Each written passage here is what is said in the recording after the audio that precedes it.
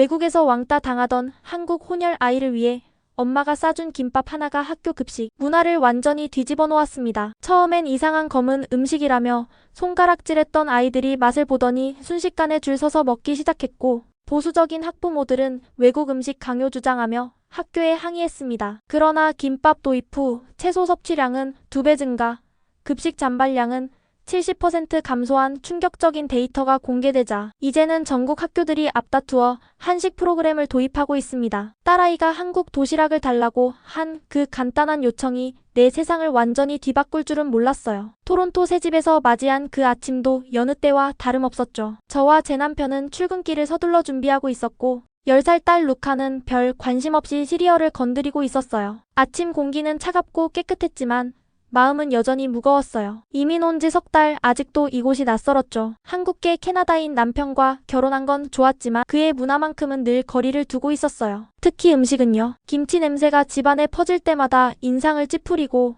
남편이 된장찌개를 끓일 때면 창문을 활짝 열어두던 제 모습이 떠올랐어요. 그의 가족 모임에 가면 정성스레 차린 한국 음식들이 제게는 고문이나 다름없었죠. 엄마, 내일 한국 도시락 싸줄 수 있어?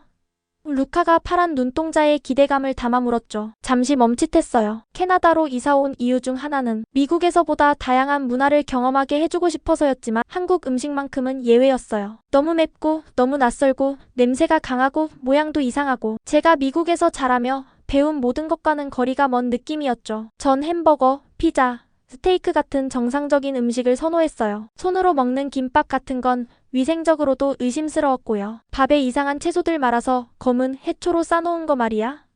제 목소리에는 경멸이 묻어났어요. 그런 걸 학교에 가져가면 친구들이 놀릴 거야. 루카의 눈에 실망감이 스쳤지만 곧 다시 도전했어요. 학교 급식으론 배가 안 차. 숟가락을 돌리며 말을 이었어요. 다들 집에서 뭔가 가져와. 뭔가 특별한 거. 샌드위치도 지겨워. 제 마음속에서는 이미 방어벽이 올라가고 있었어요. 음식이 어떻게 특별할 수 있지? 그저 이상하고 냄새나는 것들 아닌가? 여러 번 시도해봤지만 정말 맛없었는데 어떻게 아이들이 좋아할 수 있을까? 더구나 다른 부모들은 뭐라고 할까요? 그들도 분명 한국 음식에 대한 제 생각과 크게 다르지 않을 텐데. 주방 창문으로 토론토 바람에 흔들리는 단풍나무를 바라봤어요. 제 ENTJ 두뇌는 즉시 위험을 계산하기 시작했죠. 다른 학부모들은 이상한 외국 음식을 가져온 우리 가족을 더 이방인처럼 볼 테고, 루카는 이상한 냄새나는 아이라고 놀림받을 수도 있어요. 학교에서 그런 음식을 허락이나 할까? 루카가 새 환경에서 더 소외되진 않을까? 생각해볼게.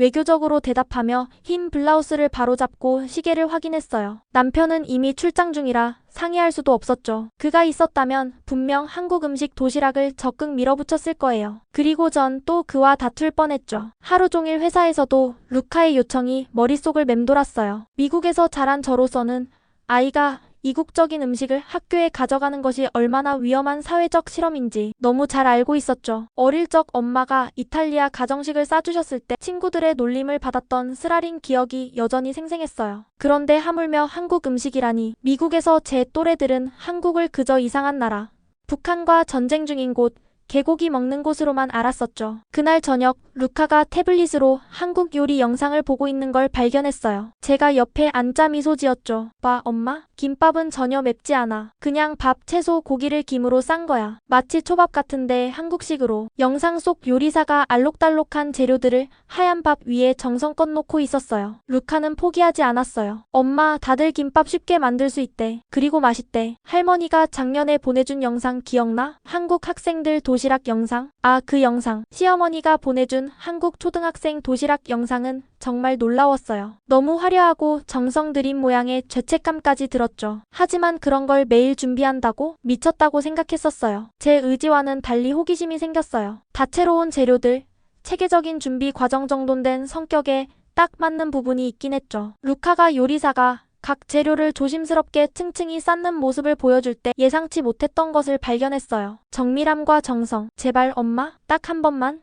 루카의 목소리에는 간절함이 배어 있었어요. 새 학교에서 친구를 사귀기 어려워하던 그 아이가 이렇게 무언가를 열망하는 모습은 오랜만이었죠. 깊게 숨을 들이마셨어요. 딱 한 번, 마음속으로 필요한 재료들을 정리하며 양보했죠. 한번 해볼게. 하지만 아무도 먹지 않으면 그땐 다시는 요구하지 마. 루카가 환호성을 지르며 저를 꼭 안았어요. 그 기쁨에 찬 얼굴을 보니 적어도 시도해볼 만한 가치는 있겠다 싶었죠. 이 간단한 약속이 음식, 문화, 그리고 제 깊은 편견에 대한 모든 생각을 뒤흔들 길로 이끌 줄은 그때 전혀 몰랐어요. 사실 그 순간만 해도 다음날 실패하고 루카가 실망한 얼굴을 보게 될 거라고 확신했으니까요. 동네 마트 국제식품 코너에 서서 완전히 길을 잃은 기분이었어요. 김부각, 한국쌀, 참기름 급하게 찾아본 쇼핑 목록의 각 항목이 마치 상형문자처럼 느껴졌죠. 왜 그냥 샌드위치를 만들어주지 않았을까 자책하고 있었어요. 평소처럼 햄과 치즈, 상추를 넣은 그냥 보통 도시락. 그랬다면 지금 이 공경에 처하진 않았을 텐데. 김밥용 단무지를 찾다가 노란무,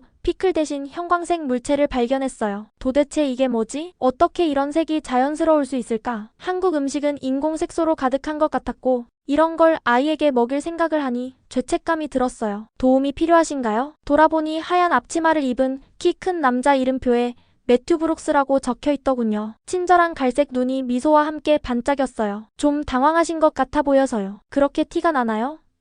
긴장한 웃음을 지었어요. 내일 딸 도시락용 김밥을 만들려고 하는데 전혀 감이 안 잡혀요. 솔직히 말하면 이런 외국 음식은 처음 시도해보거든요. 위생적으로 안전한지도 확신이 안 가고 내 말이 얼마나 무례하게 들렸는지 깨달았지만 매튜는 불쾌해하는 대신 친절하게 웃었어요. 많은 서양 사람들이 처음에 비슷한 걱정을 해요. 하지만 안심하세요. 한국은 음식 위생 기준이 매우 높아요. 김밥이요. 정확히 뭐가 필요한지 알아요. 그는 진심 어린 열정으로 각 재료에 대해 설명하며 저를 안내했어요. 사실 저는 윈체스터 국제학교 영양사예요. 혹시 제인 스미스, 루카 엄마 맞으세요? 너무 놀라웠어요. 네, 맞아요. 어떻게 아셨죠? 세상 참 좁네요. 루카가 지난주에 급식 때 김치 냄새가 난다고 불평했던 게 생각났어요. 그때 루카가 우리 엄마는 한국 음식을 싫어해요 라고 하더라고요. 그의 말에 얼굴이 화끈거렸어요. 내 편견이 딸에게까지 영향을 미쳤구나 싶었죠. 점심 식단을 다양화하고 싶었거든요.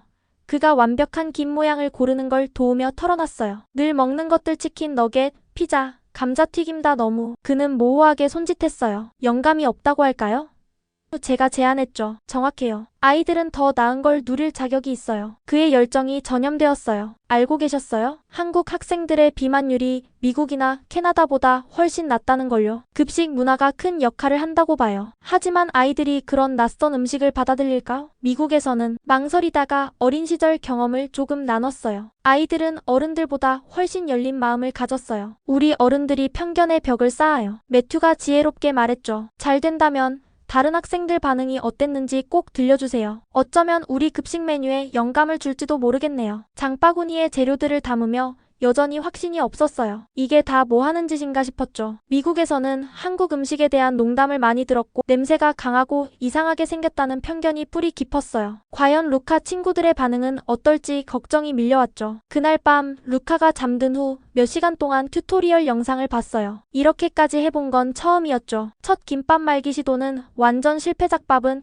여기저기 흘러내리고 김은 찢어지고 완벽주의 성향의 이런 혼란은 못 참겠더라고요. 미국식 요리는 보통 정확한 계량과 레시피가 있는데 이건 감으로 하는 것 같았어요. 이건 말도 안 돼. 포기할 준비를 하며 중얼거렸어요. 그냥 내일 아침에 샌드위치 만들어주는 게 나을 것 같아. 장바구니에 썼던 돈과 시간이 아까웠지만 이건 제 영역이 아니었어요. 남편이 한국인이라 해도 한국 음식을 만들 의무는 없잖아요. 그리고 솔직히 아무리 노력해도 맛있게 만들 자신이 없었죠. 진짜 한국 음식은 더 맛있겠지만 제가 만든 서툰 버전은 오히려 더 편견만 키울 것 같았어요. 하지만 매튜의 열정과 특히 루카의 기대에 찬 얼굴이 떠올랐죠. 그 아이가 새 학교에서 자신감을 갖게 하는데 이게 도움이 된다면 집중력을 가다듬고 다시 시도했어요. 또 다시. 김밥 만들기는 정말 어려웠어요. 밥은 자꾸 손에 달라붙고 김은 쉽게 찢어지고 재료들은 밑으로 쏟아져 내렸죠. 유튜브 영상에서는 몇 초 만에 완성하는데 제게는 하나 만드는데 거의 20분이 걸렸어요. 손가락에 묻은 참기름 냄새도 좀 불편했고요. 자정쯤에는 4개의 불완전하지만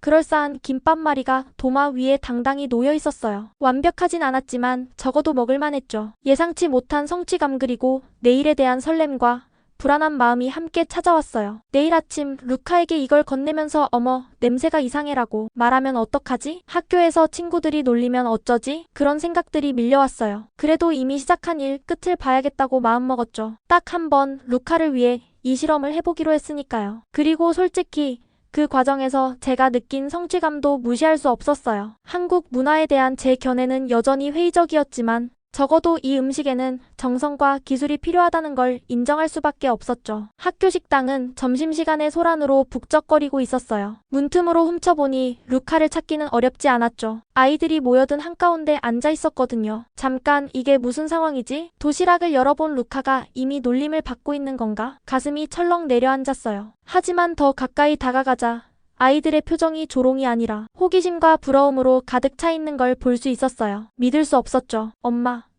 저를 발견하자마자 신나게 손을 흔들었어요. 다들 김밥을 정말 좋아해요. 다 없어졌어요. 정말로 도시락통은 텅 비어 있었고 호기심 많은 학생들이 질문을 쏟아내며 주변을 둘러싸고 있었죠. 저 검은 건 뭐예요? 한 금발 소녀가 물었어요. 나도 집에서 이거 만들어 볼 수 있을까? 빨간 머리 소년이 궁금해했죠. 우리 엄마는 이렇게 멋진 음식 안 만들어줘요.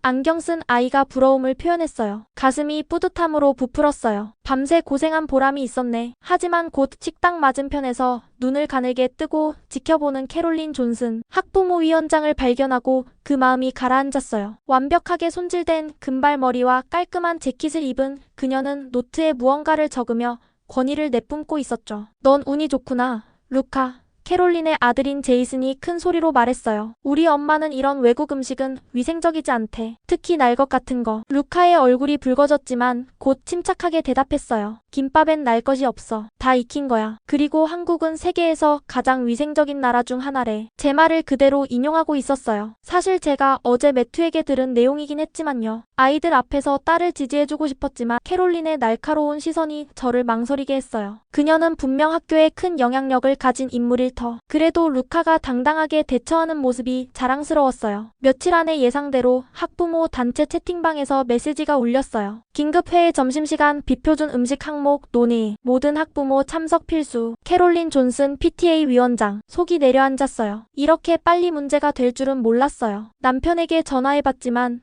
출장 중이라 바로 통화가 되지 않았어요. 혼자 이 난관을 헤쳐나가야 했죠. 그날 저녁 매튜가 전화를 걸어왔어요. 회의 소식 들었어요. 인사도 없이 말했어요. 캐롤린이 외국 음식 영향에 우려를 표했대요. 전형적인 ISTJ 반응이죠. 규정집에 없으면 의심스러운 거예요. 죄송해요. 문제를 일으킨 것 같네요. 솔직히 미안한 마음이 들었어요. 루카가 행복해하는 모습에 취해 다른 학부모들의 반응은 생각지 못했죠. 전혀요. 오히려 흥미로운 대화가 시작됐어요. 매튜가 흥분된 목소리로 말했어요. 걱정 마세요. 몇 달 동안 식당 쓰레기 양을 추적해왔거든요. 딸이 김밥을 가져온 날 남은 음식이 70% 줄었어요. 이건 캐롤린도 무시할 수 없는 데이터죠. 하지만 한 번의 사례로 여전히 확신이 없었어요. 그래서 더 실험해봐야죠. 내일도 김밥 싸줄 수 있나요? 이번엔 제가 관찰 데이터를 더 체계적으로 모을게요. 잠시 망설였어요. 첫날의 성공이 단순한 새로움 때문일 수도 있었죠. 하지만 루카가 그렇게 자랑스러워하는 모습을 본 후 거절하기 어려웠어요. 그럴게요. 하지만 회의에서 어떻게 대처해야 할지 모르겠어요. 저는 논쟁을 좋아하는 사람이 아니거든요. 사실은 ENTJ로서 논쟁을 즐기는 편이었지만 이 낯선 환경에서는 자신감이 없었어요. 함께 준비해요. 내일 학교 끝나고 만나서 전략을 세워보죠. 회의 당일 긴장감이 감돌았어요. 학부모들이 삼삼오오 모여 속삭이는 가운데 캐롤린은 격식 차린 옷차림으로 앞에 꼿꼿이 서 있었죠. 그녀의 얼굴에는 확신에 찬 표정이 있었어요. 문화 교류를 장려하긴 하지만 형광등 아래 진주 목걸이가 반짝이며 말을 시작했어요. 어린 아이들에게 낯선 음식을 강요하는 것은 또래 압력과 영양 기준에 관한 우려를 불러일으킵니다. 특히 우리가 검증되지 않은 외국 음식의 영양 성분과 위생 상태를 확신할 수 없는 상황에서 말이죠. 그녀의 말에 여러 학부모들이 고개를 끄덕였어요. 저도 불과 일주일 전까지는 똑같은 생각이었다는 게 아이러니했죠. 더구나 일부 아시아 음식들은 MSG나 강한 향신료 같은 첨가물을 사용하는데 이는 어린이들의 건강에 좋지 않다는 연구 결과도 있습니다. 그녀의 말은 절반은 맞고 절반은 오해였어요. 하지만 그 순간 20쌍의 눈이 저를 향해 돌아오는 것이 느껴졌어요. 심장이 쿵쾅거렸지만 손을 들자 목소리는 흔들림 없이 나왔죠. 아무것도 강요된 게 없어요. 존슨 씨. ENTJ의 자신감을 끌어모아 어깨를 펴고 일어섰어요. 제 딸이 친구들과 음식을 나누고 싶어 했을 뿐이고 아이들이 스스로 새로운 것을 시도하고 싶어 했죠. 교육이란 게 그런 거 아닌가요? 시야를 넓히는 것? 심장이 터질 듯 뛰고 있었지만 목소리는 단호했어요. 솔직히 말하자면 저도 불과 며칠 전까지는 캐롤린과 똑같은 생각을 가지고 있었어요. 그런데 지금은 제가 한국 음식을 옹호하고 있다니 정말 이상한 상황이었죠. MSG에 관해서는 제가 계속했어요. 김밥에는 MSG가 들어가지 않았어요. 그리고 한국 음식이 모두 맵거나 강한 향신료를 사용하는 것도 아닙니다. 오히려 김밥은 매우 담백하고 균형 잡힌 음식이에요. 캐롤린의 얼굴이 살짝 굳었어요. 분명 이렇게 반박당할 거라고는 예상하지 못했을 거예요. 그래도 규정상 매튜가 노트북을 들고 나와 화이트보드에 차트를 띄웠어요. 괜찮으시다면 그가 끼어들었어요. 이것은 우리 식당 쓰레기 통계입니다. 김밥이 소개된 날 쓰레기양이 급격히 감소했어요. 아이들은 이번 학기 어느 날보다 더 많은 채소를 섭취했답니다. 화면에는 확실한 데이터가 나타났어요. 평소에는 식판의 절반 이상이 쓰레기통으로 직행했지만 김밥이 있던 날은 거의 모든 음식이 소비되었죠. 특히 채소 섭취량이 2배 이상 증가했다는 그래프가 인상적이었어요. 학부모들이 데이터를 자세히 살피려 몸을 앞으로 기울이며 방 안은 웅성거림으로 가득 찼어요. 데이터는 거짓말을 하지 않거든요. 캐롤린의 주장이 감정적이었다면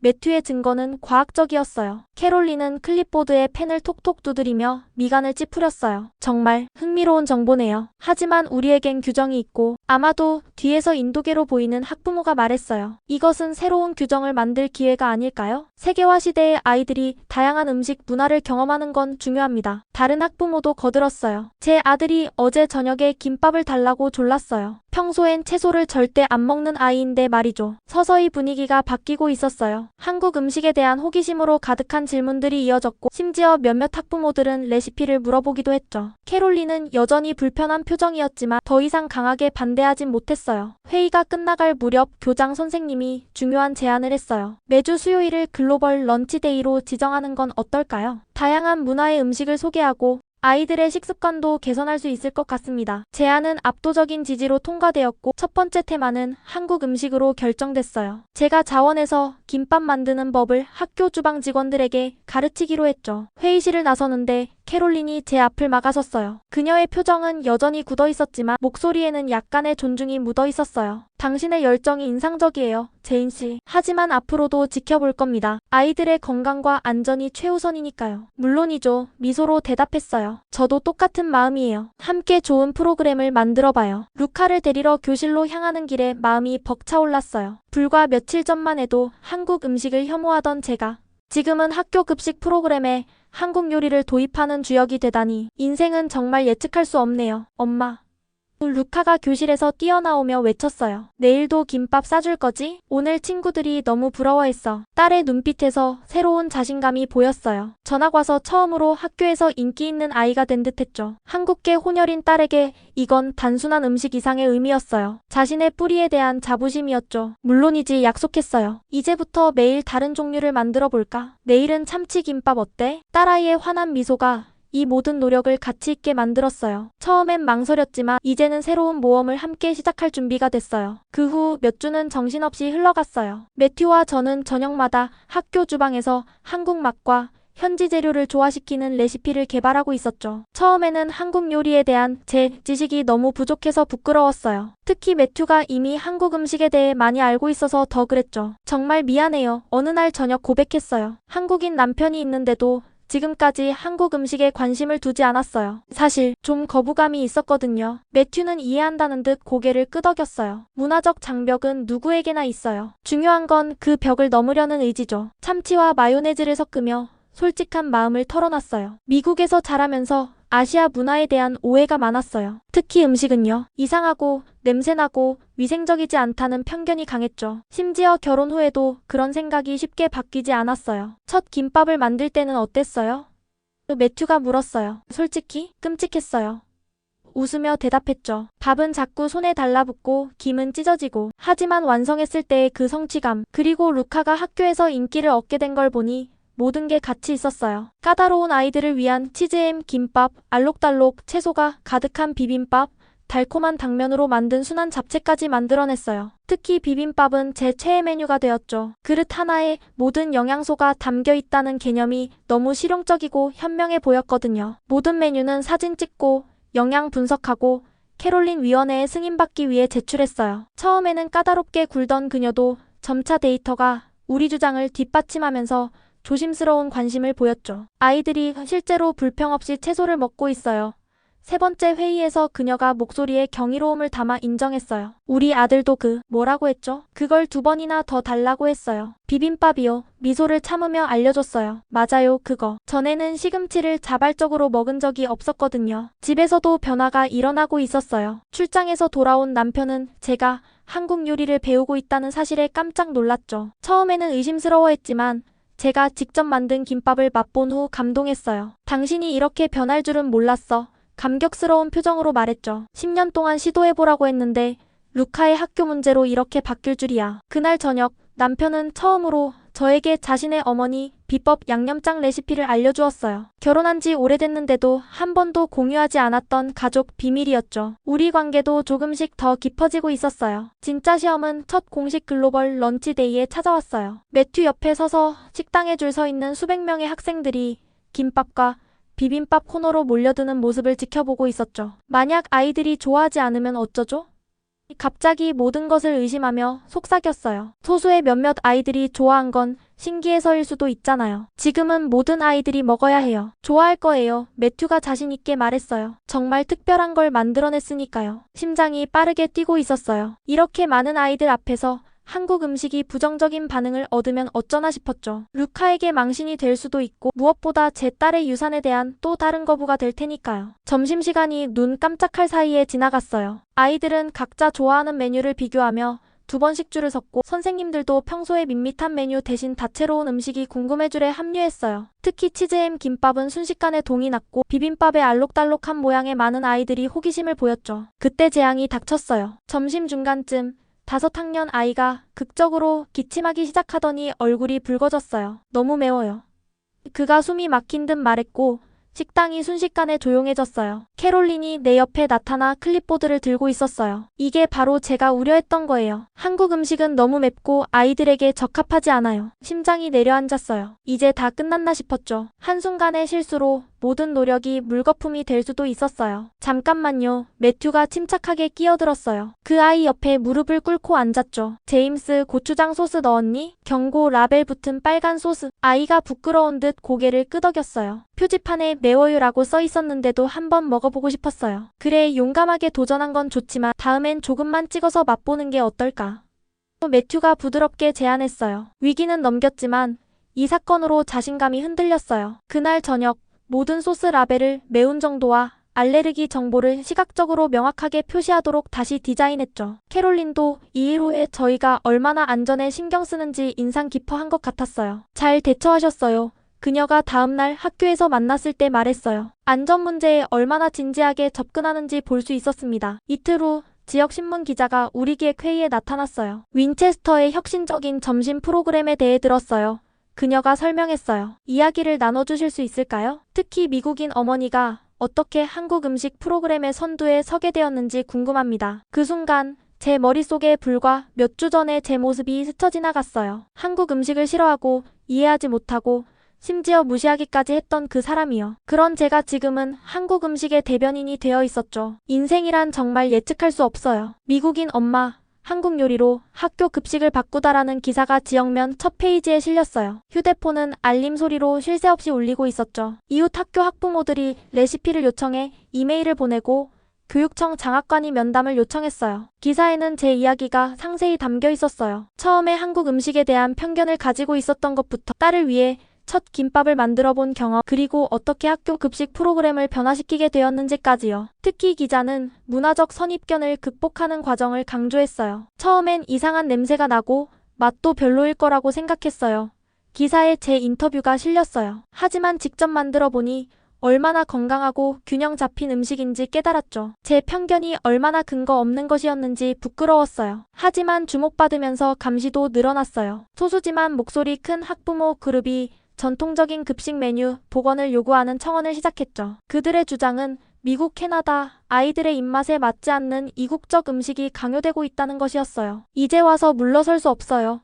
최신 피드백 양식을 검토하며 매튜에게 말했어요. 데이터가 모든 걸 말해주고 있으니까요. 실제로 피드백은 압도적으로 긍정적이었어요. 80% 이상의 학생들이 한국 음식 나를 매우 좋아한다고 답했고 학부모들도 아이들이 집에서 채소를 더 먹기 시작했다고 보고했죠. 무엇보다 급식 잔반량이 눈에 띄게 줄었어요. 제 삶도 크게 바뀌고 있었어요. 남편과 함께 주말마다 한국 요리를 배우기 시작했고 집에서도 한국 음식을 더 자주 해먹게 됐죠. 루카는 이런 변화에 너무 행복해했고 특히 이제 친구들을 집에 초대해 한국 음식을 대접할 수 있다는 사실이 자랑스러웠어요. 엄마, 샘이랑 에밀리가 우리 집에서 김밥 만드는 법 배우고 싶대. 학교에서 돌아오자마자 신나서 말했어요. 할 수 있겠지? 물론이지 웃으며 대답했어요. 이번 주말에 초대할까? 불과 한 달 전까지만 해도 상상할 수 없었던 일이었어요. 다른 아이들이 우리 집에 와서 한국 음식을 배우다니. 최종 결전은 교육청 전체 교육 컨퍼런스에서 벌어졌어요. 다문화 급식 프로그램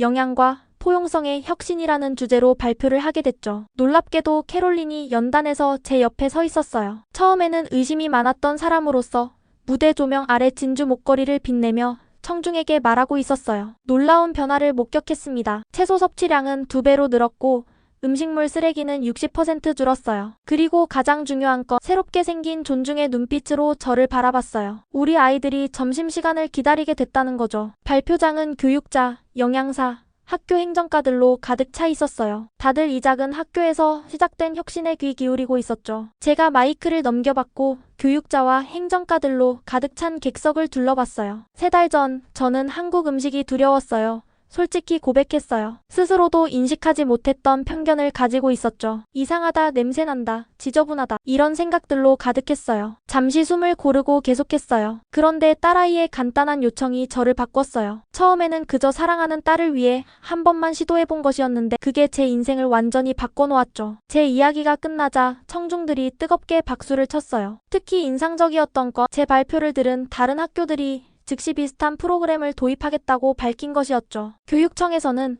우리 학교의 사례를 모델로 삼아 모든 학교의 글로벌 런치데이를 권장하기로 결정했어요. 프로그램은 교육청 전체 도입이 만장일치로 승인됐어요. 강당을 나서자 루카가 자랑스러움이 가득한 얼굴로 달려와 만났죠. 엄마 알아요? 선생님이 다음 달에 한국 문화에 대한 수업을 한대요. 반 친구들을 위해 김밥 만들어 갈 수 있을까요? 토론토의 가을나무 아래를 손잡고 걸으며 우리가 얼마나 멀리 왔는지 깨달았어요. 낯선 도시락을 꺼리던 엄마에서 학군 전체의 문화혁명을 이끈 주역이 되었죠. 그리고 무엇보다 제 안에 있던 깊은 편견을 극복했어요. 물론이지 손을 꼭 잡으며 대답했어요. 우리 함께 새로운 한국 요리도 배워볼까? 정말요? 아이 눈이 반짝였어요. 매운 것도요? 웃음이 나왔어요. 오래된 편견의 마지막 조각이 녹아내리는 걸 느끼며 매운 것도 조금씩 시작해서 점점 늘려가면 되지. 아이러니하게도 남편과 결혼한 지 10년이 넘었는데도 한국 문화에 진심으로 다가간 건 이번이 처음이었어요. 물론 여전히 배울 것이 많았지만 이제는 두려움이 아닌 호기심으로 바라보게 됐죠. 단풍잎이 우리 발밑에서 바스락거리는 소리를 내며 다음 요리 모험을 계획하고 있었어요. 다음 주 테마는 한국의 명절 음식이었고 저는 송편 만드는 법을 배우기로 했죠. 시어머니와 영상통화로 직접 배울 계획이었어요. 예전에는 상상도 못했던 일이죠. 작은 도시락으로 시작된 일이 학교 시스템뿐 아니라 저 자신도 변화시켰어요. 다름을 두려워하던 여자에서 하나의 김밥말이씩 그 다름을 옹호하는 사람으로 바뀌었죠. 그리고 어쩌면 그것이 진정한 용기가 아닐까요? 자신의 편견을 인정하고 그것을 뛰어넘을 수 있는 용기. 엄마, 내일은 어떤 김밥 만들 거예요? 루카가 호기심 가득한 눈으로 물었어요. 어떤 게 좋을까? 불고기 김밥 어때? 최고예요. 아이가 환호했어요. 제임스가 특히 좋아할 거예요. 지난번에 매운 소스 사건 이후로 계속 한국 음식에 대해 물어봐요. 그래요. 이제 저는 학교의 비공식 한국 문화대사가 되었어요. 처음에는 그저 딸을 위한 작은 양보였던 것이 이제는 제 정체성의 일부가 되었죠. 가끔은 스스로가 낯설게 느껴질 때도 있어요.